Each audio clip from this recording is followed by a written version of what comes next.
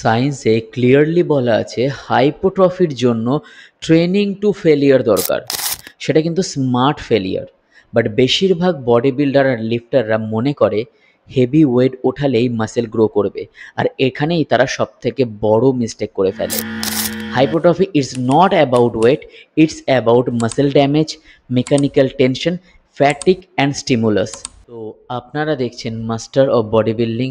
আমি আপনাদের কোচ দীপঙ্কর বোস, এবং আমি generally science based wise natural এবং এনহান্স অ্যাথলিটদেরকে গাইড করি, তাদের সায়েন্স বেসড ট্রান্সফরমেশন করাই।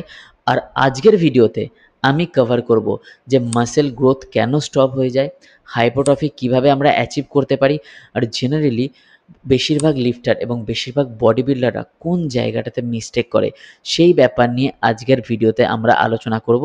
তাই ভিডিওটাকে লাস্ট অবধি অবশ্যই দেখবে। দেখো, হাইপোট্রফি কথার অর্থ হচ্ছে মাসেল সাইজ গেন করা।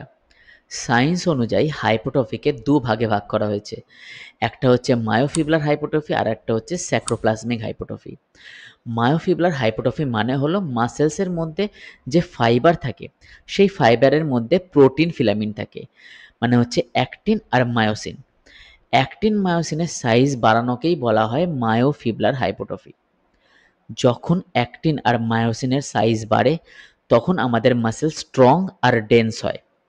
মায়োফিবলার হাইপোট্রফিতে কম্পাউন্ড এক্সারসাইজ করা হয়, লো রেপিটেশনে করা হয়, আর রেস্টিং পিরিয়ডটা বাড়িয়ে দেওয়া হয়। অন্যদিকে আছে স্যাক্রোপ্লাজমিক হাইপোট্রফি। স্যাক্রোপ্লাজমিক হাইপোট্রফি মানে হলো আমাদের মাসেল সেলসের মধ্যে ফ্লুইড পার্ট থাকে একটা, তাকে বলা হয় স্যাক্রোপ্লাজম। তো স্যাক্রোপ্লাজমের আকার যখন বড় হয়, তখন আমাদের মাসেলের সাইজ বড় হতে থাকে। ঠিক আছে, তো এই ট্রেনিং মেথডটাকে বলা হয় স্যাক্রোপ্লাজমিক হাইপোট্রফি। আর স্যাক্রোপ্লাজমিক হাইপোট্রফির যে ট্রেনিং প্রিন্সিপাল আছে, সেখানে আমরা হাই ভলিউম ট্রেনিং প্রিন্সিপালকে ফলো করি। মানে যেখানে হাই রেপস থাকে, হাই সেট থাকে, বেশি এক্সারসাইজ থাকে, মডারেট ওয়েট থাকে, আর ট্রেনিংয়ের মাধ্যমে মাসেলসকে খুব ভালোভাবে পাম্প দেওয়া হয়, যেটাকে বলা হয় মেটাবলিক স্ট্রেস।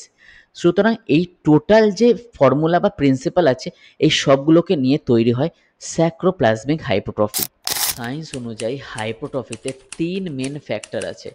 নাম্বার ওয়ান হচ্ছে মেকানিক্যাল টেনশন, নাম্বার টু হচ্ছে মেটাবলিক স্ট্রেস, এবং নাম্বার থ্রি হচ্ছে মাসেল ড্যামেজ। সবার আগে কথা বলবো মেকানিক্যাল টেনশনকে নিয়ে। মেকানিক্যাল টেনশন মানে হচ্ছে যখন আমরা হেভি ওয়েট দিয়ে কোনো এক্সারসাইজ পারফর্ম করি, এবং সেই এক্সারসাইজটা স্লো এবং কন্ট্রোল ওয়েতে আমরা পারফর্ম করি, তখন আমাদের মাসেলসের মধ্যে টেনশন ক্রিয়েট হয়, এবং যার ফলে আমাদের মাসেলস খুব ভালোভাবে গ্রো করে, তাকে বলা হয় মেকানিক্যাল টেনশন। নাম্বার টু হচ্ছে মেটাবলিক স্ট্রেস। যখন আমরা কোনো এক্সারসাইজ না রেস্ট দিয়ে কন্টিনিউয়াসলি আমরা মাসেলসকে পাম্প করানোর জন্য নন স্টপ এক্সারসাইজ করে যাই একটা মডারেট ওয়েট দিয়ে, তো তাকে বলা হয় মেটাবলিক স্ট্রেস। এবং সবার লাস্ট নাম্বার থ্রি হচ্ছে মাসেল ড্যামেজ। যখন আমরা ইন্টেন্স ট্রেনিং করার পর আমাদের মাসেলসের ফাইবার টিনি ড্যামেজ করি, এবং বাড়িতে গিয়ে প্রপার রেস্ট অ্যান্ড রিকভারির পরে সেই মাসেলসের সাইজ গ্রো করে, তখন তাকে বলা হয় মাসেল ড্যামেজ। তো এই তিনটে মেন ফ্যাক্টর থাকে, যেই তিনটে ফ্যাক্টর প্রপার ফলো করলে মাসেল হাইপোট্রফি আমাদের খুব ভালোভাবে অ্যাচিভ করা সম্ভব। আমাদের মাসেলসে দু রকমের মাসেল ফাইবার প্রেজেন্ট থাকে। একটা হচ্ছে ফার্স্ট টুইচ মাসেল ফাইবার, আর একটা হচ্ছে slow Twitch muscle fibre. First Twitch muscle fibre সবথেকে বেশি স্ট্রং মাসেল ফাইবার, যেটা আমাদের মাসেল সাইজ বাড়াতে, স্ট্রেংথ বাড়াতে সাহায্য করে, কিন্তু এটা বেশিক্ষণ অ্যাক্টিভ থাকে না।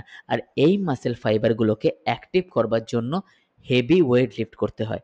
অন্যদিকে slow Twitch muscle fibre slow থাকে বাট লং টাইম অ্যাক্টিভ থাকে।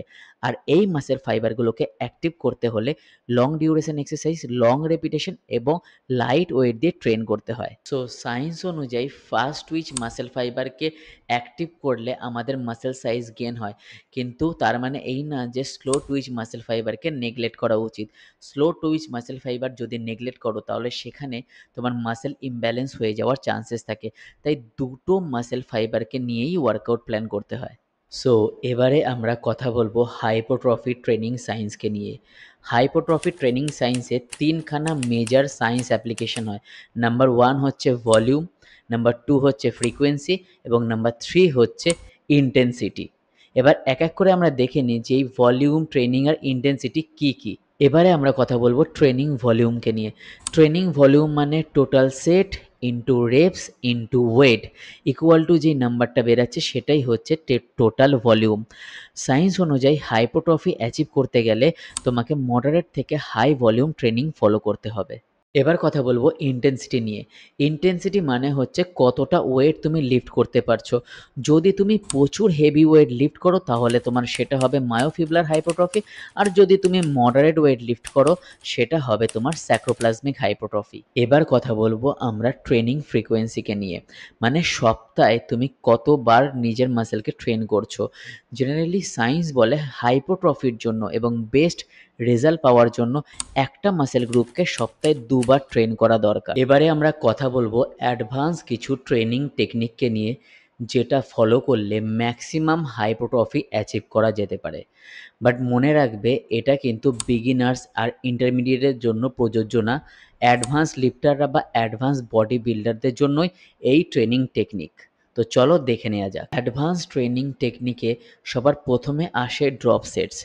ড্রপ সেটস মানে হলো ধরো তুমি একটা সেট পারফর্ম করলে, তারপরে ওয়েটটাকে কিছুটা কমিয়ে নিলে এবং আরও 10-15খানা রেপিটেশন কমপ্লিট করে দেন সেই সেটটাকে ডান করলে, এই টোটাল সেটটাকে বলা হচ্ছে ড্রপ সেট। ড্রপ সেট আমাদের মাসেলস পাম্প করানোর জন্য খুব বেস্ট একটা technique. Next advance training technique হচ্ছে রেস্ট পজ ট্রেনিং টেকনিক।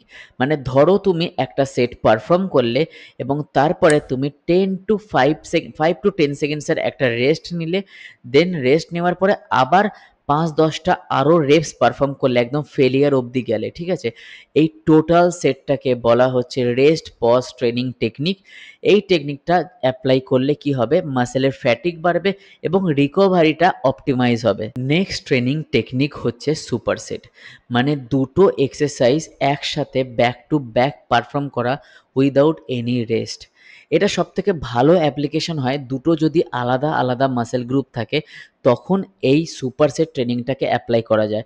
তাহলে 1 নম্বর তো ফ্যাটিক খুব তাড়াতাড়ি হয়ে যাবে এবং নাম্বার 2 হচ্ছে টাইমটাও সেভ হবে। নেক্সট অ্যাডভান্স ট্রেনিং টেকনিক হচ্ছে জয়েন্ট সেট, মানে একটা মাসেল গ্রুপের 3টে থেকে 4টে isolation exercise back to back perform করা উইদাউট এনি রেস্ট, এটাকেই বলা হয় জায়ান্ট সেট।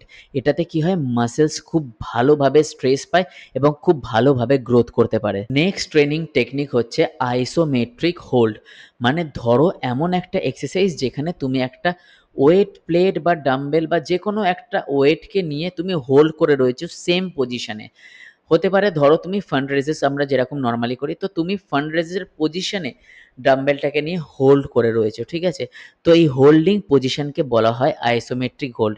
আর এই যে ট্রেনিং টেকনিক, এটার মেন বেনিফিট হচ্ছে আমাদের মাসেলসে খুব ভালোভাবে ডেফিনেশন দেয়, মাস্কুলার স্ট্রেংথ বাড়ায় এবং তার সাথে সাথে মাসেলসের মধ্যে প্রচণ্ড পরিমাণে ব্লাড ফ্লো বাড়ায়।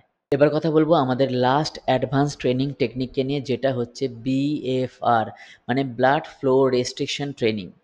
এটা আমরা একটা র্যাপ দিয়ে পারফর্ম করি, মানে ধরো এটা আমরা আর্মসের দিন বা কাফের দিনকে এই ট্রেনিং টেকনিকটা অ্যাপ্লাই করি।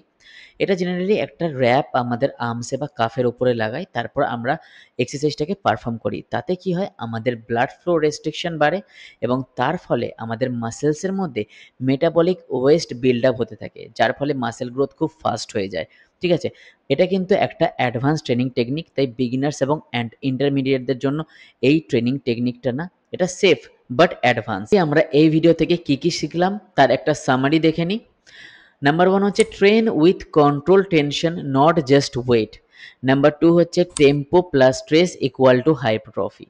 নাম্বার 3 হচ্ছে প্রোগ্রেসিভ ওভারলোড।